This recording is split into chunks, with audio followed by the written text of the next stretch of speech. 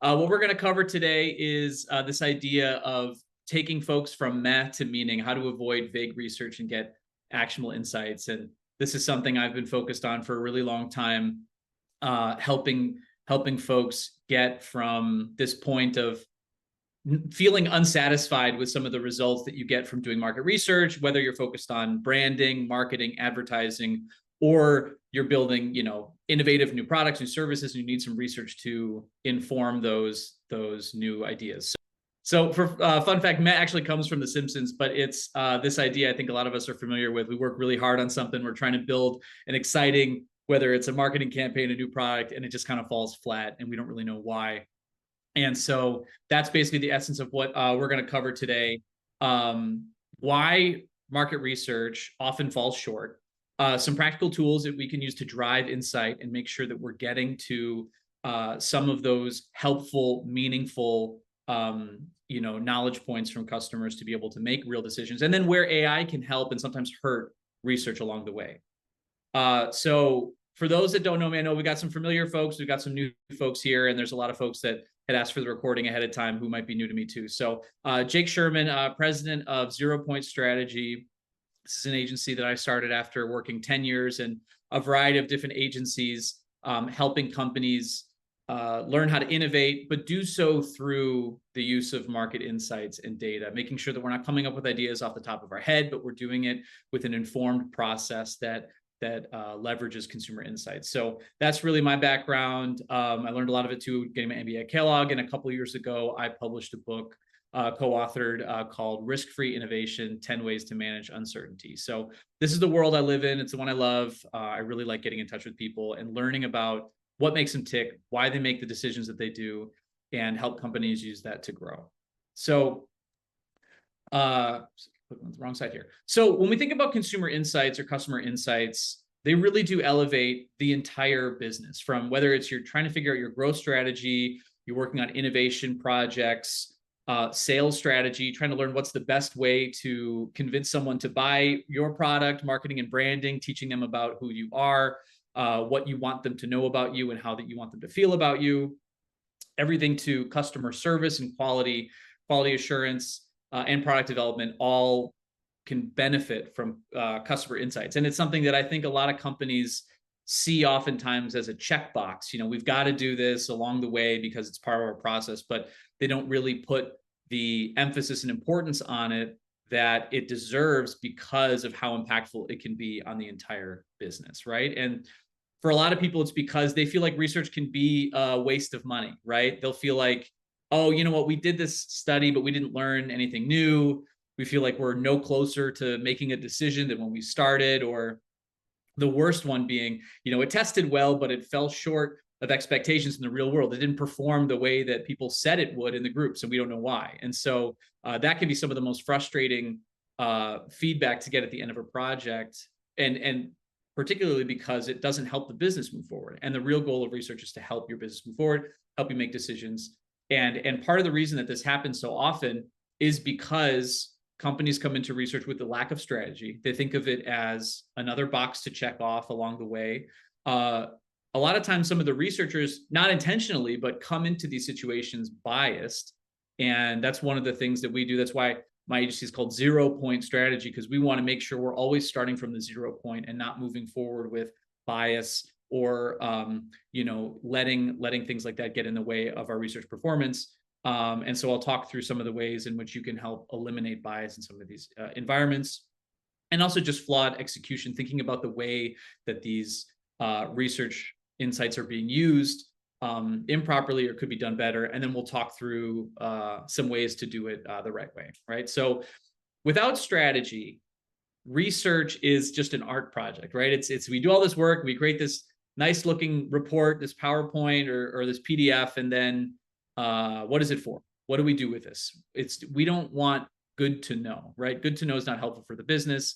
What we want to know is what's important for customers and consumers to help guide our strategy. So here are 5 questions you can ask yourself when you think about how you want to guide your research strategy.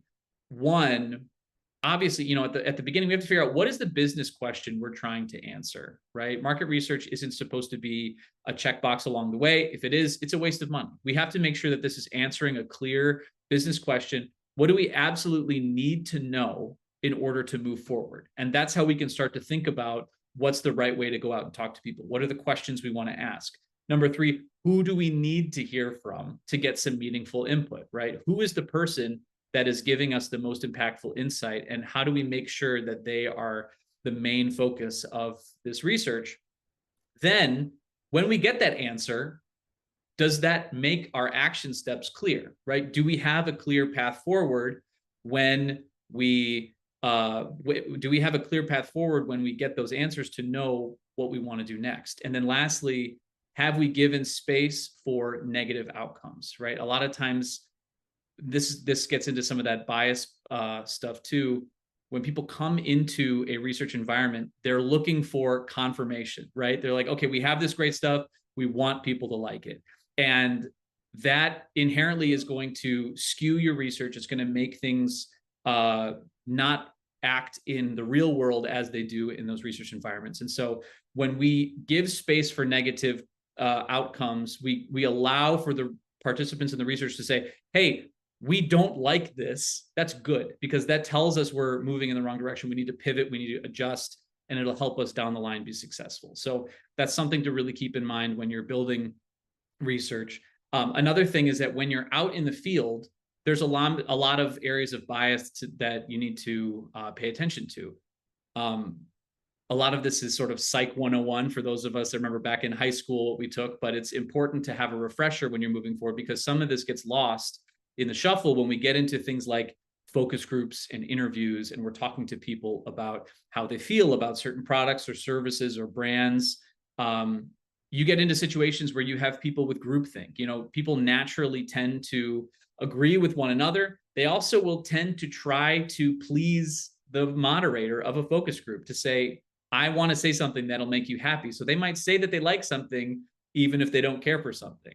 I mean, for those of us who have been in a lot of research environments, we know there are plenty of people that hate everything all the time. And that's, you know, you get those people too. But for the most part, a lot of people will naturally tend to agree with one another. So to combat this, we always recommend having people give their responses to feedback privately, right? So write down your answers to this and then read it out loud. That's a good way to eliminate that bias so you don't get people just agreeing with one another. Anecdotal evidence. I've talked about this a lot in the past.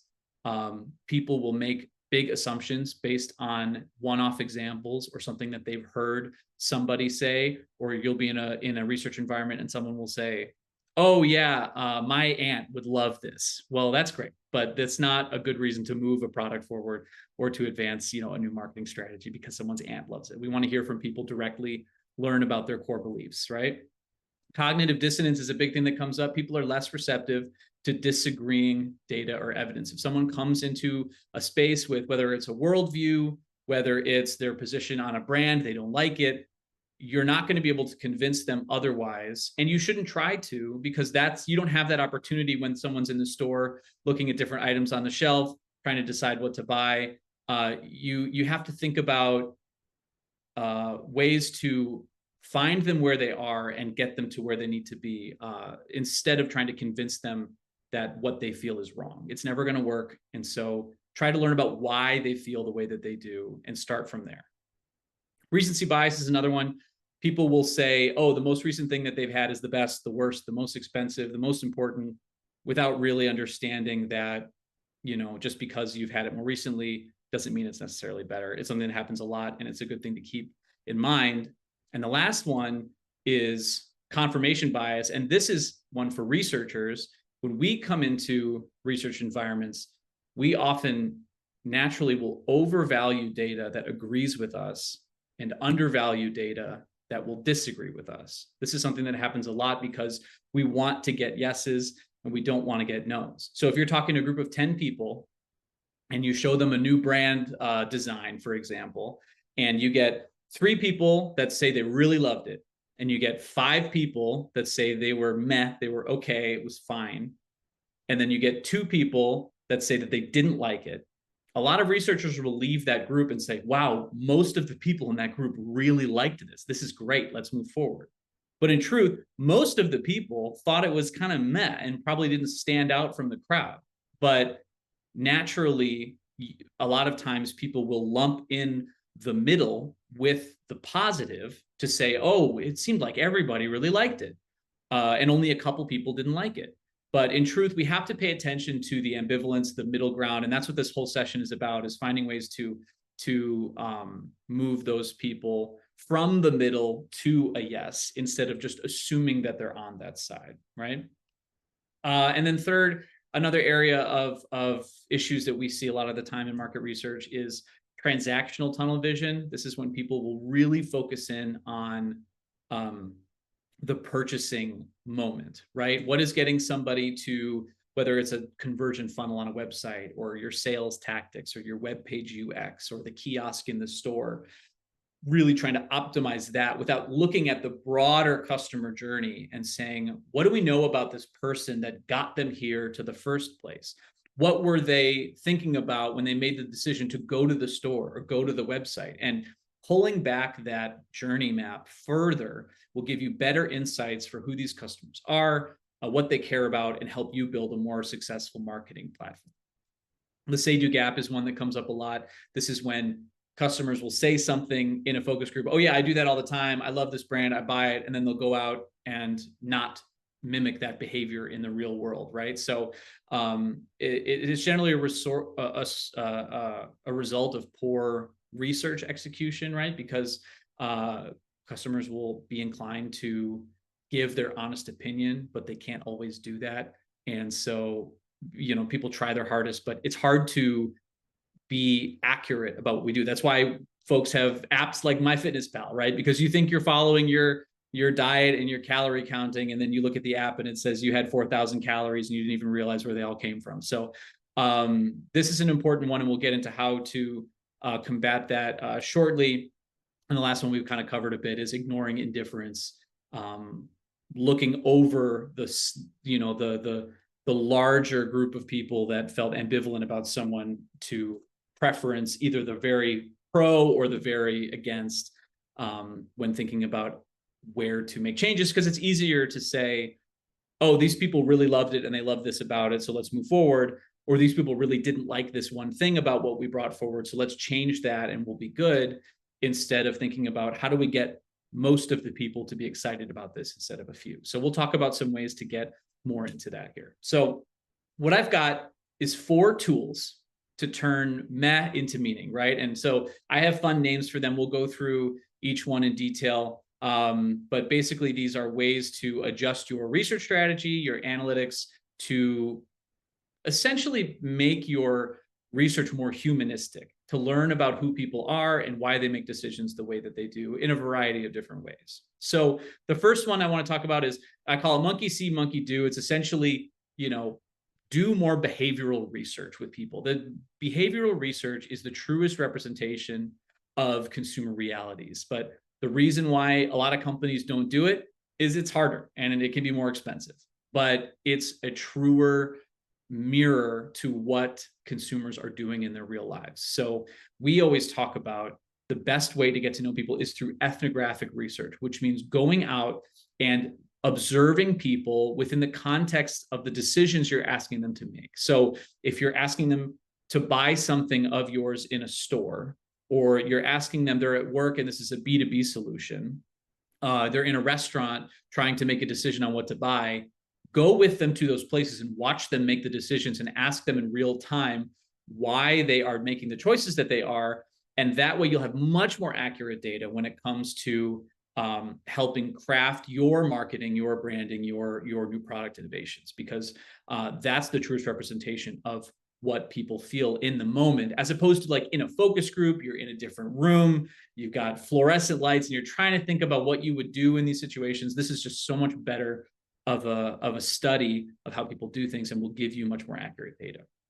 The other way to do this is longitudinal studies. That means talking to the same participants over a long period of time to study real world behavior. So things like digital diaries, cadence interviews every few weeks, pulse surveys once a month, asking someone the same questions over and over again over a period of time lets you know what's their true behavior. What are they really doing? And the reason why you might want to do this is to say, I'm building a brand and I want to know if people feel the same or differently about it over time, because I want to grow it or I'm changing it and I want to see people's feedback. So I'm going to ask them today how they feel about it. And then I'm going to ask them in a month how they feel about it. And then I'm going to ask them in 2 months. And if my marketing is working, if my brand campaigns are working, if my new product innovations are interesting, those performance metrics are going to tick up over time. And I will know that what I'm doing is working because the same people are changing their opinion of our brand, right? So this is a really important way to learn about what people care about over time. The reason why a lot of companies don't want to do it is because it takes some time and it takes some patience to know that you're going to get really important insights and data to help guide your strategy forward, but it might take 2 months instead of 3 weeks to get some information. So that's a really good tool to use. Another one that I like to think about is cliffhangers. You can picture putting a consumer holding two things over a cliff. They have to choose one and they have to let one go, right? You force participants to make a definitive choice and zero in on the value drivers. And so what you do, it's really simple, is you show them 2 different options and you have them decide which one they want. And then you make slight alterations to learn where are the value drivers. This is really important with things like design, because it's hard to describe why you like a piece of art, for example, like a logo design or a web page or something where it's visual. And he's like, I like it, but I don't know why I like it. So you show 2 different options that are slightly different from one another, and you have them choose which one you like better. Maybe it's, I really like this color better than the other, or I like the way that this brand is portrayed differently in this scenario than another. It might be, I don't like the wording of this. I like the way that this other option is worded better. Or it might just be in general, I like the design of this version better than the other. And you can see, a technical term for this, we call it conjoint analysis in research. So if you have a research partner and they recommend conjoint analysis, this is great for when you have something that's almost done, especially visual, whether it's a product design or a brand, and you want to get it to that final step of making sure that it's really going to resonate with people and you want to know why. Right? So that's the cliffhangers. Next one is the so what funnel. This is something that's really great for if you're ever doing qualitative research and you want to learn more about why people feel the way they feel. I like to use the example of meal kits, because it's a project I've worked on in the past. It's something that everybody kind of knows. You go to the store, you get a bag and it's got all the different ingredients and you kind of just put them in a pot together and it makes you a great meal. So if you're working on something like that and you're trying to innovate it, you're trying to grow it, and you hear from somebody, yeah, I like meal kits, they're convenient. Sometimes the researcher might say, okay, that's a great insight. Consumers value convenience. Okay, great. I got that down. Let's move on to the next question. But the truth is, in reality, that's not good enough. This is not, convenience is not something that you can hang your hat on. Everybody tries to get convenience. It's a surface level insight that is not going to drive your brand forward. It's not hitting any emotional drivers. It's not going to get anyone out of bed to go buy something, right? So instead, if you're talking to someone and they say, yeah, I like meal kits, they're really convenient, you might tell them something like, you might ask them something functional, like, what today is inconvenient that you're feeling? Oh, well, it's hard to make decisions on what to eat. I don't like picking the meals every day. It's really exhausting. And so it's nice to have a meal kit that can just have everything for me. And you might say, oh, that's interesting, but let's go a level deeper. What does it feel like when you have that decision fatigue? Oh, you know what? It's really frustrating. And honestly, to a degree, it feels a bit guilty because, I'm an adult. I should be able to figure out what I want to eat every day, but it's just so much work and it's every day and it's exhausting. Oh, okay. So when are you feeling these issues the most? Really, it's after a long work day. I get home or I'm finished, with my remote work and I have to go in the fridge and figure out what to do. And I don't know what to eat.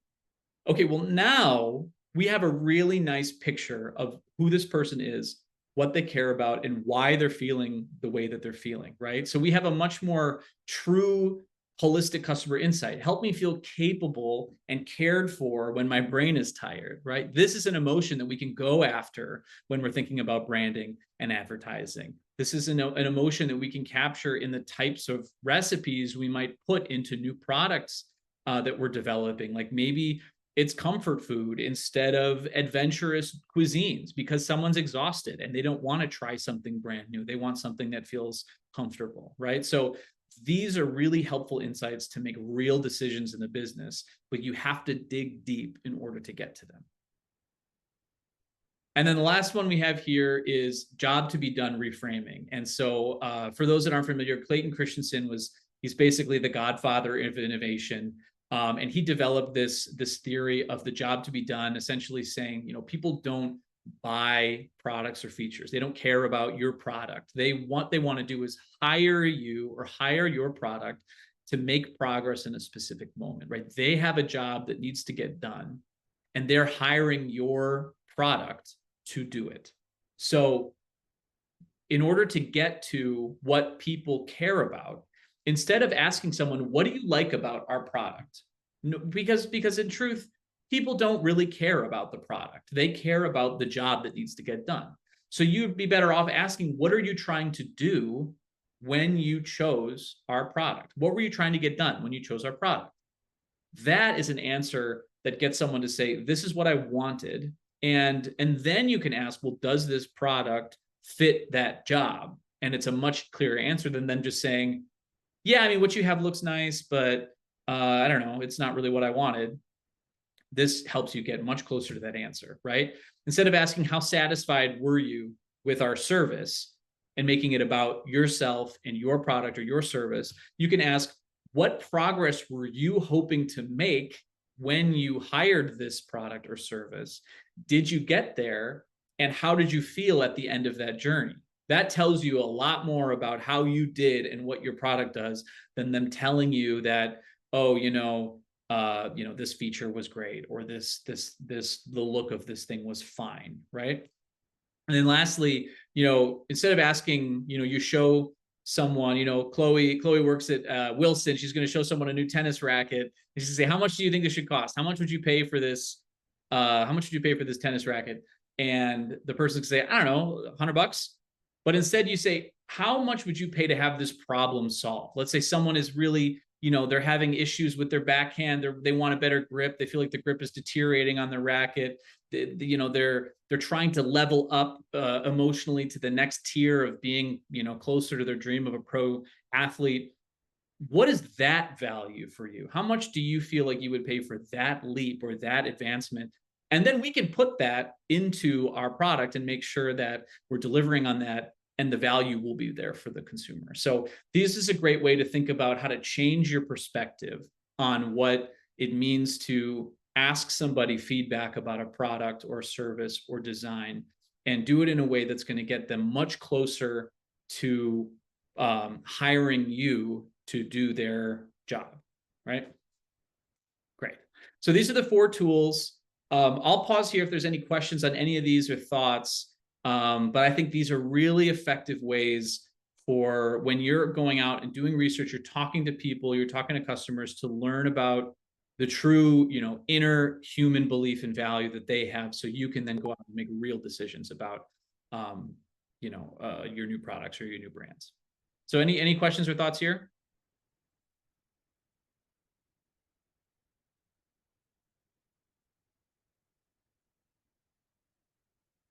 Nope. Okay, cool. Then I'll just move on. Our final topic here is how does AI improve our lives when it comes to research? AI is in everything. We all know this. So, but there are some ways I've seen AI help a lot in research, and there's some ways that AI can hurt a lot in research. And so one thing that AI can help with a ton is streamlined execution. You can recruit people faster. You can improve the targeting of those people faster. You can customize your research tools, your surveys, your interview guides, et cetera, much quicker to be the perfect fit for the perfect person. And everything is tailored and customized, so you get much more granular, helpful data when you're moving forward. It also helps you analyze it much faster. I remember when I was first starting in research, 10 years ago, we would do some focus groups and I would literally be typing up the transcripts, copying and pasting from one Word doc to another Word doc to try and figure out what the patterns were that people were saying. Now AI can help us be so much faster with identifying patterns, finding trends, and then doing things like multivariate analysis, which basically means combining different variables from people that we're hearing from and comparing them against each other. So I want to know, I just interviewed 100 people all over the country. I want to know what, women in their 40s from the US Southwest thought about these products. And then I also want to know what men in their 20s from New York thought about it, and compare and contrast those two. Those things are so much faster to do now, especially as it relates to qualitative research, than they used to be. It's a great way to get really quick analysis when moving forward. But AI also can be a huge hindrance of your research, and it can be very inaccurate. And you can think about garbage in, garbage out, because AI analyzed research is only as good as the data input. So if you use AI to get the research, you have to make sure that it's high quality, it's sourced well, and it's accurate, because sometimes AI can do that. It can provide inaccurate data, and so you have to have, whether it's you're creating a workflow, you have to have the correct prompts to make sure that it's fact checking and sourcing all of the information properly. But also, more important than that, I think, is don't let AI drive your strategy. A lot of times people will say, hey, Chat GPT, help me design a research strategy to learn about this brand that I'm trying to launch. And I feel like doing that gets us back to a lot of the problems we talked about at the beginning, where we're not thinking about the business, we're thinking about research just to do the research, right? So we want to make sure that in our heads, we know what the business strategy is, what we want to accomplish, and then we can use AI tools to accelerate those efforts. The other thing that's really important to remember is that AI doesn't really do novelty yet. AI is an aggregate. It takes things that already exist, turns them up, and gives them back to you in a way that fits what your prompt is asking it to do. So if you're thinking about things like innovation or new designs or new products or things like that, AI might give you some inspiration, but it is not going to give you something that is brand new, that is disruptive, that is never been done before, because that's not what it is. That's not how it works. So make sure that when you're thinking about that kind of thing, again, AI can be a good tool. It should not be the whole end-to-end solution for you. And then the last point I'll just mention too is there are a lot of companies now coming out with AI moderated qualitative research tools. They'll say, oh, we'll have AI moderate an interview with a consumer for you. And so you can have it interview all these people, and it'll give you the data back. I haven't seen yet a tool that does this better than a human yet. I feel like a lot of these are just surveys with extra steps. They're fancy, but it's basically you give the AI tool a survey and then it asks the person a survey. And I don't really think that it has a better value add than a human going on asking questions, because they don't do the so what ladder. They don't do the diving deep into the humanistic insights to learn about what people care about. So for now, I would say avoid it. I'm sure within 6 months to a year, they'll probably have developed something that's fantastic. It can do all those things, but for now, I would stick with human beings talking to human beings about human insight, because we know ourselves better than the AI does. And then the last thing I'll share too is something that we're developing that we're pretty excited about. It's called the Momentum Suite. I'll just mention it quickly here. These are AI research enhancement tools that we're developing. You can think of them as digital products that we're offering soon. This one, for example, is the AI Customer Research Engine. Basically, we give you a step-by-step workflow to use AI responsibly to do things like a market analysis. You can scan your competitors, learn about commonly listed pain points in reviews and public available information, develop persona and messaging concepts based on real data that's out there, and doing it in a way that's safe and sourced and reliable. So this is one that's interesting from us. If folks are interested in something like this, you want to do a beta test because we're launching it soon. shoot me an email at jake@zeropointstrategy.com. I'd be happy to send you a free version of this before it rolls out on the paid version. So that basically covers our session for today. I want to give folks some time back, but I want to say, let's stay connected. Here's a QR code to book a call if you'd like to set up the time to talk. If we do market research and insights for big brands, small brands, growing companies, et cetera, help with innovation efforts and growth strategies. So if that's something that's on the docket for you, the reason why you're here listening to the recording is because it's something you're interested in moving forward with, give us a call. Happy to even just be a sounding board or be a partner of yours as you do that. So with that, I'll open it up to any thoughts or questions. And I appreciate everyone taking the time this morning to hang out with us and have this nice conversation.